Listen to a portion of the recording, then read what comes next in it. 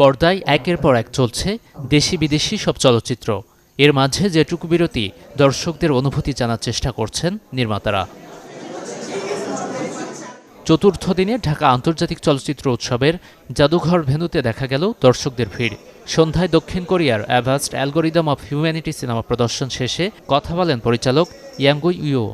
জানান, তৃতীয়বারের মতো চলচ্চিত্র নিয়ে এসেছেন তিনি।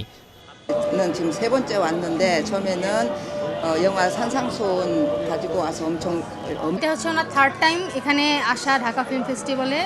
এর আগে উনি যখন এসেছিলেন তখন অনেক ভালো রেসপন্স পেয়েছিলেন এবং এবারও ভালো রেসপন্স পাচ্ছেন।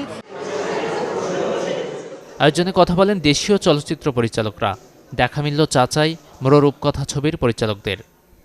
চাচাই আসলে একটা মেটাফরিক্যাল গল্প, এটা একটা রিলেশনশিপের গল্প, একটা মার্ডার মিস্ট্রিরও গল্প। আর এটা একটু মেটাফরিক্যাল গল্প, যেহেতু একটু ওপেন এন্ডেড, সো এটা আসলে মানুষ কে কি বুঝে নিছে সেটাই এক একজনের কাছে এক একটা থিওরি শুনতেছে, আর কি এটাই সবচেয়ে মজা লাগতেছে। কোনো ফেস্টিভ্যালে আমার মূল রূপকথা এই প্রথম দেখানো হলো এবং কালকে দেখানো হবে পরিণাম, যেটা আসলে মূল ভাষায় নির্মিত প্রথম অ্যানিমেশন ফিল্মে। মানুষের আসলে একটু স্বস্তির অভাব আছে, তো এই অস্বস্তির মধ্যেও মানুষ এত আসছেন সিনেমা দেখতে, আমার কাছে ভালোই লাগছে।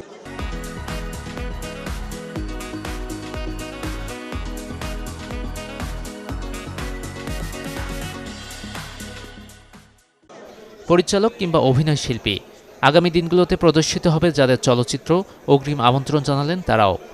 আমার সিনেমা বেহুলা দরদি ফুল লেন্থ সিনেমা, সেটা হচ্ছে আগামী 18 তারিখ বিকাল 5টায় সুপিয়া কামাল মিলনায়তনে প্রদর্শিত হবে। দেখতে আসলাম যে আসলে আমার সিনেমাও এখানে আসবে, দেখা যাবে।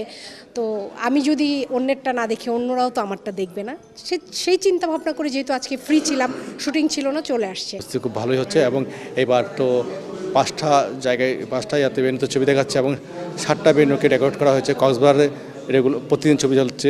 Really well organized. The director is great. The staff is great, and I'm really enjoying my time here. আয়োজনের পঞ্চম দিনে বিশ্বের বিভিন্ন দেশের ছবির পাশাপাশি সন্ধ্যায় দেখানো হবে দেশীয় চলচ্চিত্র আগন্তুক। সুমন ধরের পরিচালনায় যেখানে অভিনয় করেছেন পূজা চেরি ও শ্যামল মাওলা। গাজী আনিস, চ্যানেল 24, ঢাকা।